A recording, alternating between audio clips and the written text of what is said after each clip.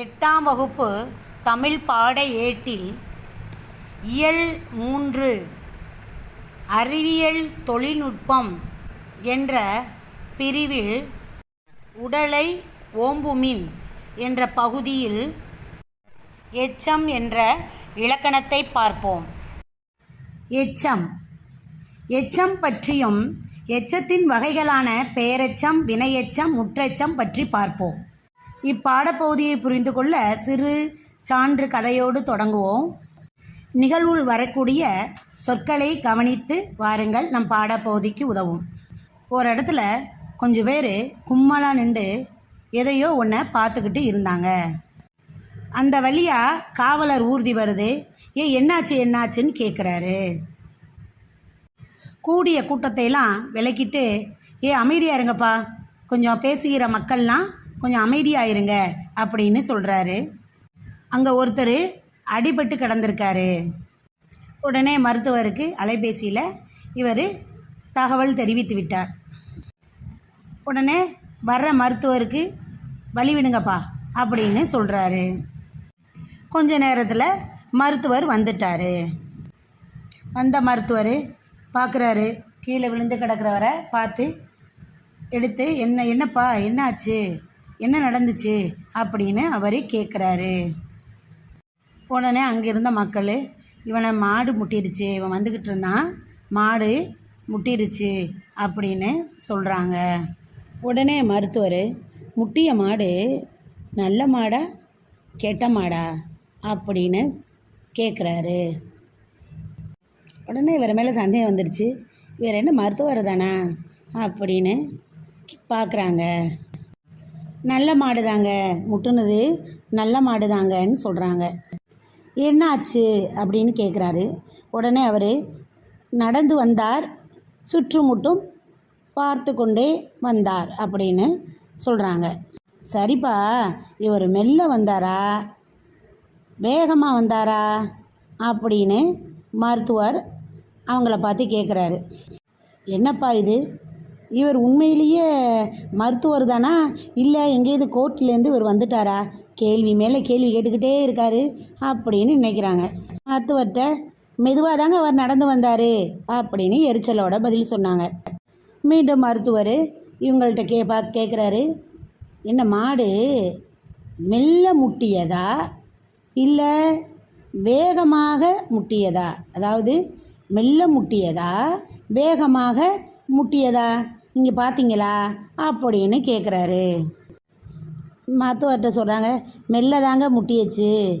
சரி, அந்த மாடு முட்டி முடிச்சுட்டு எப்படி மெதுவாக போச்சா வேகமாக போச்சா அப்படின்னு கேட்குறாரு. அதாவது என்ன கேட்டது, மெல்ல முட்டியதா வேகமாக முட்டியதான்னு கேட்குறாரு.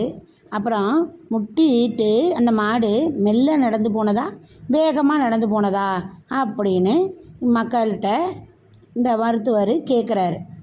அது என்னமோ மெதுவாக தான் நடந்து போச்சு, ஆனால் நீங்கள் இப்போ மருத்துவம் பார்க்குறதுக்கு இவ்வளவு தாமதம் செஞ்சிங்கன்னா இவன் சீக்கிரமாக மேலே போய் சேர்ந்துருவான் போல இருக்கு. ஐயோ அப்படின்னு சொல்லிட்டு இவர் ஊசி போட்டு மாத்திரை மருந்து கொடுத்துட்டு அங்கே அவர் காயத்துக்கு மருந்து போடுறாரு. காயத்துக்கு மருந்து போடும்போது வலிக்குது அப்படின்னு சொல்கிறான். ஒன்றும் இல்லைப்பா மெதுவாக லேசாக தான், ஒன்றும் இல்லை பயப்படாத, ஒன்றும் இல்லை அப்படின்னு அந்த மருத்துவர் அவன்கிட்ட சொல்கிறாரு. ஒன்றும் இல்லை பயப்படாத எந்திரி அப்படின்னு சொல்கிறாரு. அவன் எழுந்தான், நடந்தான், மகிழ்ந்தான். அவ்வளோதான், கதை முடிஞ்சிருச்சு. இந்த கதையில் நான் சொன்ன சொற்களை எல்லாம் நினைவில் வச்சுக்கோங்க. இப்போ நம்ம எச்சத்தை பற்றி பார்ப்போம். நம்ம எச்சத்தை பற்றி முதல்ல நம்ம தெரிஞ்சுக்கணும்னு நினச்சோம்னா முதல்ல நம்ம தெரிஞ்சுக்க வேண்டியது வினைச்சொல் பற்றி நாம் தெரிந்துக்கணும். வினைச்சொல்னா என்ன அப்படின்னு சொன்னோம்னா எழுவாய் செய்யக்கூடிய செயலை தான் நம்ம வினைன்னு சொல்கிறோம். இப்போ எழுவாய்னா என்ன, எழுவாய் ஆடு மாடு யார் வேணாலும் இருக்கலாம், மனிதனாக இருக்கலாம், குழந்தையாக இருக்கலாம், யார் வேணாலும் இருக்கலாம். எழுவாய் செய்யக்கூடிய செயலை தான் நம்ம வினைச்சொல் அப்படின்னு சொல்கிறோம். அதாவது பொருள்கள் செய்யக்கூடிய செயலை, அதோட இயக்கத்தை உணர்த்தும் சொற்கள் நம்ம வினைச்சொல் அப்படின்னு சொல்கிறோம். இந்த வினைச்சொல்லானது காலத்தை உணர்த்தும், ஆனால் வேற்றுமை உருவை ஏற்காது. எழுவாய் செய்யும் செயலே வினைச்சொல் எனப்படும். நடந்தேன், நடந்தாள், படித்தேன், வந்தது. இவ்வாறு செயலை செய்யக்கூடிய அனைத்துமே வினைச்சொல் தான். நடந்தேன், நடந்தாள், படித்தேன் எல்லாமே வினைச்சொல் தான். இந்த வினைகள் இருக்கு இல்லையா, இவைகள் பொருள் அளவில் முற்று பெற்றால் இவை வினைமுற்று அப்படின்னு நம்ம சொல்கிறோம். அதே வினைகள் முற்று பெறலைன்னா அதை நம்ம எச்சம்னு சொல்கிறோம். பொருள் அளவில் முற்று பெறாத வினைகள் எச்சம்னு நம்ம சொல்கிறோம். இப்போ சுற்றினேன், வந்தாள் அப்படிங்கிற அந்த சொற்களை பார்த்தோம்னா பொருள் முடிஞ்சிருச்சு. சுற்றினேன், வந்தாள் அப்படிங்கிற பொருள் முடிஞ்சிருச்சு. அதுவே சுற்றிய, சுற்ற, சுற்றி,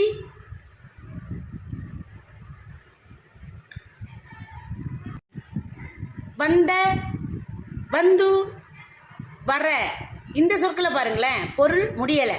அப்போ இதுக்கு பின்னாடி ஏதோ ஒன்று இருக்குது. சொற்கள் முடிவு பெறாமல் வந்திருக்குது. இவ்வாறு முற்று பெறாமல் வந்த சொற்களை தான் நாம் எச்சம் அப்படின்னு சொல்கிறோம். முற்று பெறாத சொற்களை நாம் எச்சம் என்று சொல்கிறோம். பொருள் அளவில் முற்று பெறாத வினைகள்லாம் நம்ம எச்சம்னு சொல்கிறோம். அதாவது தமிழில் சொல்லோ சொல்லின் பொருளோ முழுமை பெறாமல் குறைந்து நிற்பதை நாம் எச்சம் என்னும் சொல்லால் இந்த தமிழ் இலக்கணம் குறிப்பிடுது. தெளிவாக நம்ம சொல்லணும்னா, பொருள் முற்று பெறாமல் எஞ்சி நிற்கும் சொல், பொருள் முற்று பெறாமல் எஞ்சி நிற்கும் சொல் எச்சம் என்று அழைக்கப்படுகிறது. இந்த எச்சமானது இரண்டு வகைப்படும். எச்சம் இரண்டு வகைப்படும். எச்ச வகைகள் இரண்டு வகைப்படும். அவை பெயரெச்சம், வினை எச்சம். பெயரெச்சம், வினை எச்சம். பொருள் முடியாமல் இருக்கக்கூடிய சொல்லத்தான் நம்ம எச்சம்னு சொன்னோம். அப்படி பொருள் முடியாமல் இருக்கக்கூடிய அந்த சொல்லு பெயரை கொண்டு முடியும் எச்சம் பெயரெச்சம் எனப்படும். பெயரை கொண்டு முடியும் எச்சம் பெயரெச்சம் எனப்படும். இந்த பெயரெச்சமானது 3 காலத்திலும் வரும். இந்த பெயரெச்சம் 3 காலத்திலும் வரக்கூடியது. முக்காலத்தையும் உணர்த்தி நின்று பெயர் சொல்லை கொண்டு முடிந்து பெயரை கொண்டு முடியும். அதாவது பொருள் முடியாத சொல் பெயரை கொண்டு பொருள் முடிவு பெற்றால் அது பெயரெச்சம் எனப்படும். பெயரை கொண்டு முடியும் எச்சம் பெயரெச்சம். நம்ம ஒரு கதை பார்த்தோம் இல்லையா, அந்த கதையில் பெயரெச்சம், எச்சம் இந்த சொற்கள்லாம் வந்திருக்குது. பெயரெச்சங்கள் பாருங்க, கூடிய கூட்டம் சொன்ன இல்லையா, கூடிச்சு காவலர் பார்த்தாரு, பேசுகிற மக்கள், முட்டிய மாடு, இதெல்லாம் பெயரெச்சங்கள். கூடிய கூட்டம், கூடிய, பேசுகிற மக்கள், முட்டிய மாடு. இதில் எச்சங்கள் என்ன? கூடிய, கூடிய அப்படி சொற்கள் முற்று பெறாமல் நிற்கிது. பேசுகிற, முட்டிய. அப்போ பெயர்கள் என்ன? அப்போ எச்சத்தை கொண்டு முடியுது இல்லையா. இப்போ கூடிய கூட்டம், பேசுகிற மக்கள், முட்டிய மாடு. இதில் கூட்டம், மக்கள், மாடு இந்த 3ம் பெயர்கள். இப்போ தெரியுதா? இப்போ பொருள் முடியாத சொல் பெயரை கொண்டு பொருள் முடிவு பெற்றால் அது பெயரெச்சம் எனப்படும். பெயரை கொண்டு முடியும் எச்சம் பெயரெச்சம். இந்த பெயரெச்சம் 3 காலத்திலும் வரும். கூடிய கூட்டம் இறந்த கால பெயரெச்சம், இந்த செயல் முடிஞ்சிருச்சு. கூடுகிற கூட்டம் நிகழ்கால பெயரெச்சம். கூடும் கூட்டம் எதிர்கால பெயரெச்சம். இப்போ 3 காலத்தையும் இது உணர்த்துது. அதே போல் முட்டிய மாடு இறந்த கால பெயரெச்சம். இந்த சொற்கள்லாம் நம்ம அந்த கதையில் பார்த்தது. முட்டுகிற மாடு நிகழ்கால பெயரெச்சம். முட்டும் மாடு எதிர்கால பெயரெச்சம். முட்டிய மாடு முட்டுகிற மாடு முட்டும் மாடு. முறையே இறந்த கால பெயரெச்சம், நிகழ்கால பெயரெச்சம், எதிர்கால பெயரெச்சம். ஆக பெயரை கொண்டு முடியும் எச்சத்தை நம்ம என்னன்னு சொல்கிறோம்? பெயரெச்சம்னு சொல்கிறோம். இந்த பெயரெச்சமானது 3 காலத்திலும் வரக்கூடியது. பொருள் முடியாத சொல் பெயரை கொண்டு பொருள் முடிவு பெற்றால் இந்த பெயரெச்சம், பெயரை கொண்டு முடியும் எச்சம் பெயரெச்சம். தெளிவாக புரிஞ்சிச்சா? பெயரெச்சங்கள் 3 காலத்திலும் வரும். இந்த பெயரெச்சம் 2 வகைப்படும். அவை தெரிநிலை பெயரெச்சம், குறிப்பு பெயரெச்சம். பெயரெச்சம் எத்தனை வகைப்படும்? 2 வகைப்படும். தெரிநிலை பெயரெச்சம், குறிப்பு பெயரெச்சம். அடுத்து நாம் பார்க்க இருப்பது தெரிநிலை பெயரெச்சம். தெரிநிலை பெயரெச்சம்னா என்ன? எந்த ஒரு செயல் நடக்க போகுது, அது எந்த செயல், அது எந்த காலத்தில் நடக்க போகுது, அப்போ அந்த செயல் என்ன, அது நடக்க போகிற காலம் என்ன, இது 2ஐயும் தெளிவாக காட்டுனா அதுதான் தெரிநிலை பெயரெச்சம் எனப்படும். நான் அந்த நிகழ்வில் பயன்படுத்தக்கூடிய கூடிய கூட்டம், பேசுகிற மக்கள், வரும் மருத்துவர், முட்டிய மக்களை பாருங்களேன். இந்த சொற்கள் எல்லாமே தெரிநிலை பெயரெச்சத்திற்கான சான்றான சொற்கள் தான். இந்த சொல்ல, இந்த கூடிய கூட்டம் அப்படிங்கிற சொல்ல எடுத்துக்குவோம். கூடியங்கிறது என்னது? எச்சம். நம்ம ஏற்கனவே பார்த்தோம். கூட்டம்ங்கிறது பெயர். கூடியங்கிற சொல்லு கூட்டங்கிறத பெயரோட சேர்ந்ததுனால இந்த கூடிய கூட்டத்தையே நம்ம என்ன செய்கிறோம்? பெயரெச்சம்னு சொல்கிறோம். நம்ம முதல்ல சொன்னோம், தெரிநிலை பெயரெச்சம் என்ன செய்யும்? அந்த செயலையும் காலத்தையும் தெளிவாக காட்டணும். இப்போ இந்த சொற்களை பார்ப்போமா? கூடிய கூட்டம். அப்போ என்ன செயல்? கூடுதல்ங்கிற செயல். கூட்டம் என்ன, எந்த காலத்தை காட்டுது? கூடிய கூட்டம் இறந்த காலத்தை காட்டு. ஏற்கனவே கூடிருச்சு இந்த கூட்டம். பேசுகிற மக்கள், பேசுகிற பேசுதல்ங்கிற செயல். மக்கள் அப்படிங்கிற போகும்போது இல்லை, பேசுகிற மக்கள்னு சொல்லும் போது என்னது? நிகழ்காலத்தை காட்டுது. வரும் மருத்துவர், வரும் இனிமேல் வரக்கூடிய மருத்துவர், வரும் மருத்துவர். அப்போ காலம் எதிர்காலத்தை காட்டுது. வருதல்ங்கிற செயலை காட்டுது. முட்டிய மாடு, முட்டுதல்ங்கிற செயலை காட்டுது. முட்டிய என்ன காலத்தை காட்டுது? எப்போ? இறந்த காலத்தை காட்டுது. இவ்வாறு செயலையும் காலத்தையும் தெளிவாக வெளிப்படையாக தெரிகிற மாதிரி காட்டுறதுனால இந்த எச்சத்தை நம்ம என்ன சொல்கிறோம்? தெரிநிலை பெயரெச்சம் என்று சொல்கிறோம். கூடுங்கிற செயல், பேசுங்கிற செயல், வாங்கிற செயல், முட்டுங்கிற செயல் என்ன காலத்தை குறிப்பாக காட்டாமல் வெளிப்படையாகவே காட்டுகிறது. கூடு, கூடிய கூட்டம் இறந்த காலம், பேசுகிற மக்கள் நிகழ்காலம், வரும் மருத்துவர் எதிர்காலம், முட்டிய மாடு இறந்த காலம். இவ்வாறு தெளிவாக வெளிப்படையாக செயலையும் காலத்தையும் காட்டக்கூடிய இந்த சொற்களை தான் நம்ம என்ன சொல்கிறோம்? தெரிநிலை பெயரெச்சம் என்று அழைக்கின்றோம். இன்னும் தெளிவாக சொல்லணும்னா, செய்பவன், கருவி, நிலம், செயல், காலம், செய்பொருள் ஆகிய 6ஐயும் உணர்த்தி பெயர் சொல்லை கொண்டு முடிந்தால் அதனை நம்ம என்ன சொல்கிறோம்? தெரிநிலை பெயரெச்சம் என்று சொல்கிறோம். இந்த தெரிநிலை பெயரெச்சத்திற்கு ஆ, உம் ஆகிய 2 விகுதிகள் தெரிநிலை பெயரெச்சத்தில் காணப்படும்.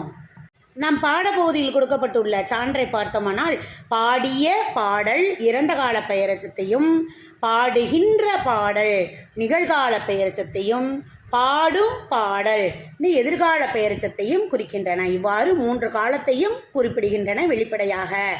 அடுத்து நாம் பார்ப்பது குறிப்பு பெயரெச்சம். குறிப்பு பெயரெச்சம்னா என்ன? முதல்ல நம்ம தெரிநிலை பெயரெச்சத்தில் என்ன பார்த்தோம்? செயலையும் காலத்தையும் தெளிவாக காட்டும். ஆனால் இங்கே என்ன? செயலையும் காலத்தையும் தெளிவாக காட்டாமல் பண்பினை மட்டும் குறிப்பாக காட்டக்கூடிய பெயரெச்சத்தை தான் நம்ம குறிப்பு பெயரெச்சம் சொல்கிறோம். அதாவது செயலையோ காலத்தையோ தெளிவாக காட்டாமல் பண்பினை மட்டும் காட்டும். நம்ம அந்த கதை பார்த்தோம் இல்லையா? அந்த கதையில் என்ன பார்த்தோம்? நல்ல மாடு, பெரிய மாடு. இப்போ நல்ல மாடு, பெரிய மாடு, இது பெயரெச்சம். இப்போ நல்ல மாடு, பெரிய மாடில் இதில் என்ன காலத்தில் நடந்துச்சு, என்ன செயல் நடந்துச்சு, இதை நம்ம தெளிவாக சொல்ல முடியுமா? நல்ல மாடு, இதில் என்ன செயலை வருது? என் நல்ல மாடு, பெரிய மாடு, இதில் எந்த காலத்தை குறிக்குது சொல்ல முடியாது இல்லையா? அப்போ நல்ல மாடு இதில் எந்த விதமான காலமும் இல்லை, செயலும் இல்லை. ஆனால் நல்ல அப்படின்னா அந்த பண்பு. அப்போ நல்ல மாடு, அது நல்ல மாடுப்பா, அது நல்ல பையன்பா அப்படி சொல்கிறோம் இல்லையா? அந்த பண்பை குறிக்குது. பெரிய மாடு, பெரிய அப்படிங்கிற அந்த பண்பை குறிக்குது. அப்போ நல்ல பெரிய அப்படிங்கிற அந்த பண்பை குறிக்குது இல்லையா? இப்போ நம்ம பாடப்பகுதியில் கொடுத்துள்ள மாதிரி சிறிய கடிதம், பெரிய மலை. அப்போ இந்த பண்பை மட்டும் நம்ம காட்டுறது இல்லையா? பண்பை நம்ம காட்டுறதுனால இதை என்னன்னு சொல்கிறோம்? குறிப்பு பெயரெச்சம். பண்புகளை தெளிவாக காட்டும், செயலையோ காலத்தையோ தெளிவாக காட்டாமல் பண்பினை மட்டும் குறிப்பாக காட்டும் பெயரெச்சம் குறிப்பு பெயரெச்சம். இப்போ குறிப்பு பெயரெச்சனா புரியுதா? நல்ல மாடு, பெரிய மாடு, சிறிய கடிதம். இதில் காலமும் இல்லை, செயலும் இல்லை, அதோடைய பண்பு தான் தெரிய வருது இல்லையா? அப்போ இது குறிப்பு பெயரெச்சம்னு நம்ம சொல்கிறோம். அடுத்து நாம் பார்க்க இருப்பது வினை எச்சம். என்ன இது? வினை எச்சம். வினையை கொண்டு முடியும் எச்சத்தை தான் நம்ம என்னன்னு சொல்கிறோம்? வினை எச்சம் அப்படின்னு சொல்கிறோம். வினையை கொண்டு முடியும் எச்சம் வினை எச்சம் அப்படின்னு சொல்கிறோம். இப்போ நடந்து வந்தான், இந்த சொல்லில் நடந்து அப்படிங்கிறது எச்சம். ஏன்னா பொருள் அங்கே செயல் முடிவு பெறலை. அப்போ அது முடிவு பெறணும்னா வந்தான்கிற ஒரு வினை சேருது இல்லையா? அப்போ தான் பொருள் முடிவு பெறுது. அப்போ நடந்து வந்தான். எனவே ஒரு எச்சம் ஒரு வினையை கொண்டு பொருள் முடிவு பெற்றால் அதைத்தான் நம்ம என்னன்னு சொல்கிறோம்? வினை எச்சம் அப்படின்னு சொல்கிறோம். வினையை கொண்டு முடியக்கூடிய எச்சத்தை நாம் வினை எச்சம் என்கிறோம். ஒரு எச்சமானது ஒன்றுக்கு மேற்பட்ட வினைகளை கொண்டு கூட முடியும். அவ்வாறு முடியக்கூடிய அந்த எச்சத்தை நம்ம என்னன்னு சொல்லலாம்? வினை எச்சம்னு நம்ம சொல்லலாம். நாம் படித்து என்ற ஒரு சொல்லை எடுத்துக்கொள்வோம். படித்து என்ற இந்த ஒரு சொல்லானது என்ன வினை? வியந்தான். படித்து வியந்தான், படித்து முடித்தான், படித்து மகிழ்ந்தான், படித்து வென்றான். படித்துங்கிற ஒரு சொல்லு எத்தனை வினைகளை கொண்டு முடிக்கலாம்? படித்து முடித்தான், படித்து வியந்தான், படித்து மகிழ்ந்தான், படித்து வென்றான். இவ்வாறு பல வினைகள், எந்த வினைகள் வேணாலும் வரலாம். இவ்வாறு வினையை கொண்டு முடியும் எச்சத்தை நம்ம என்ன சொல்லலாம்? வினையெச்சம் என்று சொல்லலாம். வினையெச்சம் என்பது வினையை கொண்டு முடியும் எச்சம். இதை நம்ம 2 வகையாக பிரிக்கலாம். தெரிநிலை வினையெச்சம், குறிப்பு வினையெச்சம். இப்போ நம்ம பார்க்க போகிறது தெரிநிலை வினையெச்சம். தெரிநிலை என்ன? நம்ம முதல்ல பார்த்த மாதிரி செயலையும் காலத்தையும் வெளிப்படையாக தெரியுமாறு நம்ம பார்த்தோம் இல்லையா? தெரிநிலை பெயரெச்சம் பார்த்தோம் இல்லையா? அதுலேயும் என்ன செஞ்சிச்சு? செயலையும் காலத்தையும் வெளிப்படையாக காட்டுச்சு. அதே போல் தெரிநிலை வினையெச்சத்திலையும் செயலையும் காலத்தையும் வெளிப்படையாக தெரியுமாறு காட்டும் வினையெச்சம் தெரிநிலை வினையெச்சம் எனப்படும். இதில் சான்றா நடந்து வந்தான் என்ற சொல்ல எடுத்துப்போம். நம்ம ஏற்கனவே சொன்னோம் இல்லையா? அதே சொல்லுதான், நடந்து வந்தான். இதில் நடந்து அப்படிங்கிற அப்படிங்கிற செயலும் இருக்குது. நடந்து வந்தான் அப்போ அந்த காலம் முடிஞ்சிருச்சு இல்லையா? அப்போ அது இறந்த காலத்தை குறிக்கிறது. அதே போல் எழுதி வந்தான். எழுதி அப்படிங்கிற அந்த செயலானது என்னது? முடிவு பெற்றுருச்சு, முடிஞ்சிருச்சு. அந்த செயலானது முடிஞ்சிருச்சு. அப்போ அது என்ன காலத்தை குறிக்கிறது? இறந்த காலத்தை குறிக்கிறது. இவ்வாறு நடந்து வந்தான். அப்போ நடத்தல்ங்கிற செயலும் அதில் காலமும் காட்டுது. எழுதி வந்தான் என்பதில் எழுதுதல்ங்கிற செயலும் இறந்த காலம், அந்த செயல் முடிவு பெற்றுச்சு, அந்த காலத்தையும் காட்டுறதுனால இப்போ செயலையும் காலத்தையும் வெளிப்படையாக தெரியுமாறு காட்டி வர்றதுனால இது நம்ம என்னன்னு சொல்கிறோம்? இந்த எச்சத்தை தெரிநிலை வினையெச்சம் என்று நாம் அழைக்கின்றோம். இந்த தொடர்களில் நான் பார்க்கும்போது செயலையும் காலத்தையும் தெளிவாக காட்டுறதுனால நம்ம என்னென்னு சொல்கிறோம்? இதை தெரிநிலை வினையெச்சம்னு சொல்கிறோம். அடுத்தது நாம் பார்க்க இருப்பது குறிப்பு வினையெச்சம். குறிப்பு வினையெச்சம். தெரிநிலை வினையெச்சத்துக்கும் குறிப்பு வினையெச்சத்துக்கும் என்ன வேறுபாடு? அதில் காலத்தையும் என்ன செயலையும் தெளிவாக காட்டுது. ஆனால் இதில் காலத்தினை வெளிப்படையாக காட்டாமல் பண்பினை மட்டும் குறிப்பாக உணர்த்தி வரும் வினையெச்சம். இது என்ன சொல்கிறோம்? குறிப்பு வினையெச்சம் என்று சொல்கிறோம். சில சொற்களை சான்றா பார்க்கலாம். மெல்ல வந்தான், விரைவாக வந்தான், மெல்ல ஓடியது, மெல்ல, விரைவாக, மெல்ல. இந்த சொற்களை பாருங்களேன். மெல்ல அதோடைய பண்பு மெல்ல, மெதுவாக, விரைவாக, வேகமாக அப்படிங்கிற பண்பு. மெல்ல ஓடியது. அப்போ இந்த மெல்லங்கிறது எச்சம். மெல்லங்கிறது எச்சத்தையும் வந்தான்கிறது வினையையும் குறிக்கிறது. ரெண்டு சொல்லும் சேர போகும்போது இது குறிப்பு வினையெச்சம் என்று அழைக்கப்படுகிறது. எச்சமும் வினை சொல்லும் சேருது. இதை நம்ம என்ன செய்கிறோம்? காலத்தையும் வெளிப்படையாக காட்டலை. இதில் மெல்ல வந்தான் என்ன இறந்த காலமா, நிகழ்காலமா, எதிர்காலமா, எந்த காலத்தை காட்டுது? எந்த காலத்தையும் தெளிவாக காட்டலை. இந்த கதை போதியில் பார்த்தோம் இல்லையா? இந்த மருத்துவர் கேட்பார் இல்லையா, மெல்ல வந்தான். மெல்ல வந்தானா, விரைவாக வந்தானா, மெல்ல ஓடியதா அப்படி கேட்டார் இல்லையா? அப்போ மெல்ல அதில் எந்த செயல் இருக்குது? செயலை காட்டுதா இல்லை காலத்தை தான் காட்டுதா? இல்லை, செயலையும் காட்டலை காலத்தையும் காட்டலை. இப்போ மெல்லங்கிற பண்பையும் விரைவாக அப்படிங்கிற அந்த பண்பையும் தான் காட்டுது.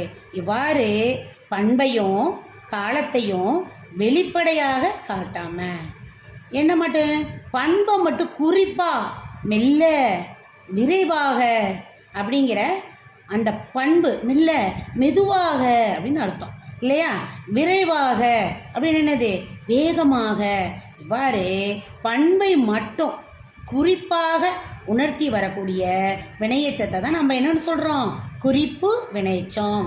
இவ்வாறு காலத்தை வெளிப்படையாக உணர்த்தாம பண்பின் அடிப்படையில் பொருள் உணர்த்தி நின்று மற்றொரு வினைமுற்றை கொண்டு முடியக்கூடிய எச்சத்தை தான் நம்ம என்ன சொல்கிறோம்?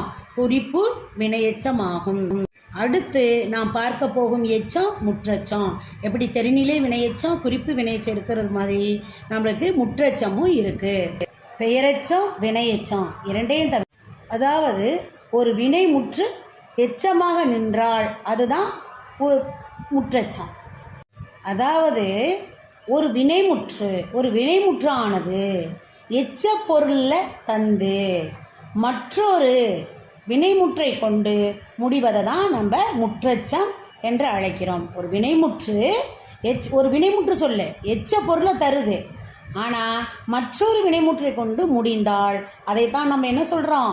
முற்றச்சம் என்று அழைக்கின்றோம். நம்ம ஒரு கதை பார்த்தோம் இல்லையா? அந்த மருத்துவர் வைத்தியம் பண்ணுறாரு. வைத்தியம் பண்ணிவிட்டு அவனை எந்திரிச்சு நடக்க சொல்கிறார் இல்லையா? அப்போ எழுந்தான் நடந்தான், எழுந்தான் தனியாக பார்த்தா தனியாக ஒரு வினை முடிஞ்சிருச்சு. ஆனால் அதையே நம்ம சேர்த்து பார்க்கும்போது எழுந்து நடந்தான், எழுந்து நடந்தான். இது தாங்க ஒரு வினைமுற்று. இந்த சொற்களை நம்ம கவனித்து பார்த்தோம்னா எழுந்தான், நடந்தான் இது ரெண்டையும் தனித்தனி சொற்களாக நம்ம பார்த்தோம்னா எழுந்தான் ஒரு சொல்லு, நடந்தான் ஒரு சொல்லு. இந்த ரெண்டு சொற்களுமே வினை முற்று. இதே இந்த சொற்களை நம்ம எப்படி பொருள் கொள்ளணும்? எழுந்து நடந்தான். அப்போ எழுந்து அப்படிங்கிறது ஒரு எச்ச பொருளாக நின்று வருது இல்லையா?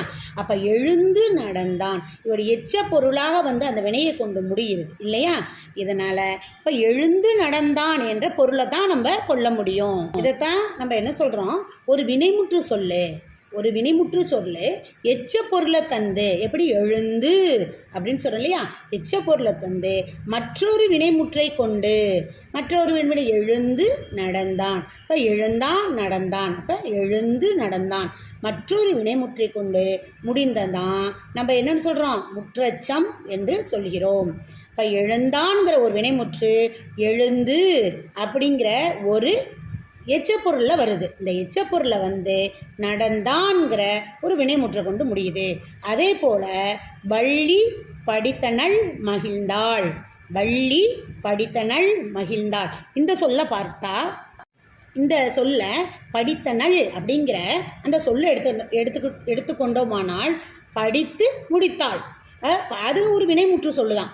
படித்து படித்தனள் படித்து முடித்து விட்டாள், இது ஒரு வினைமுற்று சொல். அப்போ நம்ம இந்த எந்த பொருளை நம்ம எடுத்துக்கலாம்? வள்ளி படித்து மகிழ்ந்தாள், வள்ளி படித்தனள் மகிழ்ந்தாள் அப்படின்னு சொல்லும்போது வள்ளி படித்து மகிழ்ந்தாள் அப்படிங்கிற நம்ம பொருளில் எடுத்துக்கணும். அப்போ படித்து மகிழ்ந்தாள், படித்து அப்படிங்கிற ஒரு எச்ச பொருளில் தான் படித்தனள் அப்படிங்கிற ஒரு வினைமுற்று வந்துள்ளது. அப்போ படித்தனள் அப்படிங்கிற ஒரு வினைமுற்று படித்து என்ற ஒரு எச்ச பொருளை தருகின்றது. இவ்வாறு ஒரு வினைமுற்று எச்ச பொருளை தந்து இப்போ வள்ளி படித்தனள் மகிழ்ந்தாள் இந்த சொற்றொடரில் அப்போ படித்துங்கிற எச்ச பொருளை தந்து மற்றொரு வினைமுற்றை கொண்டு அப்போ மகிழ்ந்தாள் அப்படிங்கிற ஒரு வினைமுற்றை கொண்டு முடிவது முற்றச்சம். அப்போ முற்றச்சம் என்றால் என்ன? ஒரு வினைமுற்று சொல் எச்ச பொருளை தந்து மற்றொரு வினைமுற்றை கொண்டு முடிவது முற்றச்சம் எனப்படும். நாம் இதுவரை பார்த்த பகுதிகளை சுருக்கமாக ஒரு தடவை மீண்டும் பார்க்கலாம். வினைமுற்று என்றால் என்ன? வினை சொல்லின் பொருள் முற்று பெற்றால் அது வினைமுற்று. அப்போ படித்தான் சொல்லோட பொருள் முற்று பெறாவிடில் அது எச்சம். சொல்லோட பொருள் முற்று பெறலைன்னா அது எச்சம், முற்று பெற்றால் அது வினைமுற்று. இப்போ எச்சத்துக்கு படித்து படித்த படிக்க. அப்போ எச்ச பொருளில் படித்து முடித்தான் வரும்போது படித்து அதுங்கிறது ஒரு எச்ச பொருளில் வந்திருக்கு. யார் படித்து என்ன செஞ்சான் அப்படி தெரியாது இல்லையா? அப்போ பெயரை கொண்டு முடியும் எச்சம். பெயரை கொண்டு இந்த எச்சமானது இரண்டு வகையை நம்ம சொல்கிறோம். பெயரை கொண்டு முடிஞ்சால் அது பெயரெச்சம், பெயரை கொண்டு முடிந்தால் அது பெயரெச்சம். அந்த எச்சமானது வினையை கொண்டு முடிந்தால் அது வினையெச்சம். அப்போ படித்த கண்ணன், படித்தங்கிற ஒரு எச்சம் கண்ணன்கிற ஒரு பெயரை கொண்டு முடிகிறது. அப்போ அது பெயரெச்சம். படித்துங்கிற ஒரு எச்சம் முடித்தான், அப்போ செயலை முடித்தான் அப்படிங்கிற ஒரு வினையை கொண்டு முடியுது. அப்போ அது வினையெச்சம். படிக்க வந்தான், படிக்க வந்தான். அப்போ என்னது? அது வினை. அப்போ வினை எச்சத்தை இது குறிக்கிறது. அப்போ எச்சமானது பெயரெச்சம் வினையெச்சம் என நம்ம ரெண்டு வகையாக சொல்கிறோம். பெயரை கொண்டு முடியும் எச்சம் பெயரெச்சம், வினையை கொண்டு முடியும் எச்சம் வினையெச்சம். வினை சொல்லானது பொருள் முற்று பெற்றால் அது வினைமுற்று. சொல்லின் பொருள் முற்று பெறவில்லை என்றால் அது எச்சம். இந்த சொல்லோட பொருள் முற்று பெறலை அப்படின்னா அதை என்னென்னு சொல்கிறோம்? எச்சம்னு சொல்கிறோம். படித்து படித்த படிக்க இந்த எச்ச பொருளில் நிற்கிது இல்லையா? இந்த எச்ச பொருளில் நிற்கக்கூடிய அந்த சொற்களோட பெயர் சேர்ந்துச்சுன்னா அப்போ பெயரை கொண்டு முடிந்தால் அதனை நம்ம என்ன சொல்கிறோம்? பெயரெச்சம்னு சொல்கிறோம். அதே போல் இந்த எச்ச பொருளோட வினை சேரப்போகும்போது இவை வினையை கொண்டு முடிந்தால் அதனை நாம் வினையெச்சம் என்று சொல்கிறோம். நம்ம அடுத்தது பார்த்தது என்ன? முற்றெச்சம். ஒரு வினைமுற்று நம்ம சொன்னோம் இல்லையா? இப்போ வினைமுற்று சொல் எச்ச பொருளில் வந்து வேறொரு வினைமுற்றை கொண்டு முடிந்தால் அது முற்றெச்சம் எனப்படும். படித்தான் முடித்தான். படித்தான்ங்கிறது படித்துங்கிற எச்ச பொருளில் வந்து முடித்தான்கிற வினைமுற்றை கொண்டு முடிகிறதுனால முற்றெச்சம். நாம் இப்போது எச்சம் பகுதியில் மதிப்பீட்டு பகுதியை பார்ப்போம். சரியான விடையை தேர்ந்தெடுத்து எழுதுக. 1. முற்று பெறாமல் எஞ்சி நிற்கும் சொல் டேஷ் எனப்படும் எச்சம். முற்று பெறாமல் எஞ்சி இருக்கும் சொல் எச்சம் எனப்படும். கீழ்காணும் சொற்களில் பெயரெச்சம் படித்து எழுதி வந்து பார்த்த. படித்து எழுதி வந்து பார்த்த. கீழ்காணும் சொற்களில் பெயரெச்சம் பார்த்த. பெயரெச்சம் என்பது ஆங்கிற ஓசையில் வரும். குறிப்பு வினையெச்சம் டேஷ் வெளிப்படையாக காட்டாது. காலத்தை, வினையை, பண்பினை, பெயரை. குறிப்பு வினையெச்சம் டேஷ் வெளிப்படையாக காட்டாது. என்னென்ன கொடுத்துருக்கு? காலத்தை, வினையை, பண்பினை, பெயரை. அப்போ குறிப்பு வினையெச்சம் காலத்தை வெளிப்படையாக காட்டாது. குறிப்பு வினையெச்சம் காலத்தை வெளிப்படையாக காட்டாது. அடுத்து நாம் பொறுத்துக பகுதியை பார்ப்போம். நடந்து, பேசிய, எடுத்தனன், உண்டான், பெரிய. இதில் நடந்து ஊங்கிற ஓசை வருது. அப்போ இது வினையெச்சம். பேசிய ஆங்கிற ஓசை வர்றதுனால இது பெயரெச்சம். எடுத்தனன், உண்டான் ஒரு வினைமுற்று சொல் மற்றொரு வினைமுற்றை கொண்டு முடிகிறதுனால இது முற்றெச்சம். பெரிய பண்பை காட்டுறதுனால இது குறிப்பு பெயரெச்சம். பெரிய குறிப்பு பெயரெச்சம். மார்க் பண்ணிக்கிங்க. சொல்கிறேன். நடந்து வினையெச்சம், பேசிய பெயரெச்சம், எடுத்தனன், உண்டான் முற்றெச்சம், பெரிய குறிப்பு பெயரெச்சம். பொதுவாக பெயரெச்சங்கள் ஆ என்ற ஓசையை கொண்டு முடியும். வினையெச்சம் ஊ ஈ என்ற ஓசையை கொண்டு முடியும். அடுத்து நாம் பார்க்க போவது கீழ்காணும் சொற்களை பெயரெச்சம் வினையெச்சம் என வகைப்படுத்துக. இதில் 10 சொல் கொடுத்துருக்கோம். இதில் எது எது பெயரெச்சம் எது வினையெச்சம்னு நம்ம எடுத்து எழுதணும். நல்ல, படுத்து, பாய்ந்து, எரிந்த, கடந்து, வீழ்ந்த, மாட்டிய, பிடித்து, அழைத்த, பார்த்து. இதில் பெயரெச்சங்கள்லாம் எது எதுன்னு பார்ப்போமா? பெயரெச்சம் என்னன்னு சொன்னேன்னா ஆங்கிற ஓசையில் முடியணும். வினையெச்சமானது ஊ அல்லது ஈங்கிற ஓசையில் முடியும். அப்படி பார்த்தோம்னா நல்ல, எரிந்த, வீழ்ந்த, மாட்டிய, அழைத்த இவை அனைத்து சொற்களும் இந்த சொற்கள் அனைத்தும் பெயரெச்சமாகும். அடுத்து படுத்து, பாய்ந்து, கடந்து, பிடித்து, பார்த்து என்ன ஓசையில் வருகிறது? படுத்து ஊ ஓசையில் வருகிறது. பாய்ந்து, கடந்து, பிடித்து, பார்த்து இவை இந்த சொற்கள் அனைத்தும் வினையெச்சம் ஆகும். அடுத்து நாம் பார்க்க போவது சிறுவினா. 1. எச்சம் என்றால் என்ன? அதன் வகைகள் யாவை? எச்சம் என்றால் என்ன? அதன் வகைகள் யாவை? பக்க எண் 63 எடுத்துக்கோங்க. அதில் பாருங்களேன். அதில் 3வது பத்தியில் பொருள் முற்று பெறாமல் எஞ்சி நிற்கும் சொல் எச்சம் எனப்படும். இது பெயரெச்சம் வினையெச்சம் என்று இரு வகைப்படும். இதை குறிச்சிக்குங்கம்மா. பார்க்க போவது அழகிய மரம் எச்ச வகையை விளக்குக. சிறுவினா 2. அதுக்கு அழகிய மரம் எச்ச வகையை விளக்குக. அதற்கும் பக்க எண் 63 எடுத்துக்கோங்க. அதில் தெரிநிலை குறிப்பு பெயரெச்சங்கிற தலைப்பில் சிறிய கடிதம் இருக்கு இல்லையா? அந்த சிறிய கடிதத்தை எடுத்துட்டு அழகிய மரம் இத்தொடரில் உள்ள சிறிய அந்த சொல்லையும் அடிச்சுட்டு அதற்கு பதிலாக அழகியன்னு மாற்றிக்கிங்க. அழகிய என்னும் சொல்லின் செயலையோ காலத்தையோ அறிய முடியவில்லை, பண்பினை மட்டும் குறிப்பாக அறிய முடிகிறது.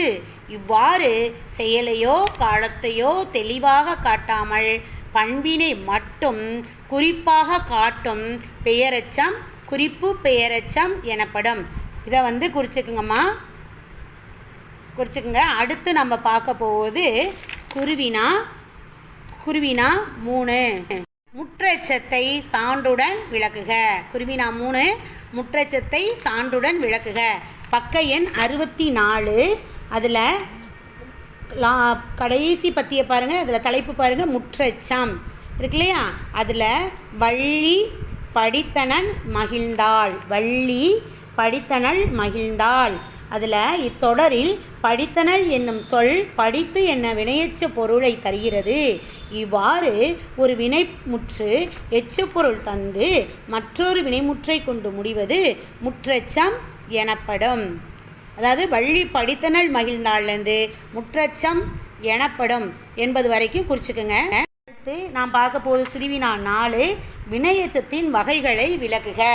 வினையெச்சத்தின் வகைகளை விளக்குக. அதுவும் பக்க எண் 64 எடுத்துக்கோங்க. பக்க எண் 64 வினையெச்சம்ங்கிற தலைப்பை பாருங்கள். அந்த தலைப்பில் 3வது இதில் சான்றுக்கு அப்புறம் இவ்வாறுன்னு இருக்குல்லையே, அதில் இவ்வாறு விட்டுட்டு வினையை கொண்டு முடியும் எச்சம் வினையெச்சம் எனப்படும். இவை எப்படி மாற்றிக்கணும்? வினையெச்சம் இந்த குறிப்பு வினையெச்சம் என இருவகைப்படும். தெரிநிலை வினையெச்சம், குறிப்பு வினையெச்சம் என 2 வகைப்படும்னு எழுதிக்கிங்க. இப்போ இந்த இதில் எழுதி வந்தான் இத்தொடரில் உள்ள எழுதி என்னும் சொல் எழுதுதல் என்னும் செயலையும் இறந்த காலத்தையும் தெளிவாக காட்டுகிறது. இவ்வாறு செயலையும் காலத்தையும் வெளிப்படையாக தெரியுமாறு காட்டும் வினையெச்சம் தெரிநிலை வினையெச்சம் எனப்படும். மெல்ல வந்தான் இத்தொடரில் உள்ள மெல்ல என்னும் சொல் காலத்தை வெளிப்படையாக காட்டவில்லை, மெதுவாக என்னும் பண்பை மட்டும் உணர்த்துகிறது. காலத்தை வெளிப்படையாக காட்டாமல் பண்பினை மட்டும் குறிப்பாக உணர்த்தி வரும் வினையெச்சம் குறிப்பு வினையெச்சம் எனப்படும். இது வரைக்கும் நீங்கள் குறிச்சுக்கோங்கம்மா.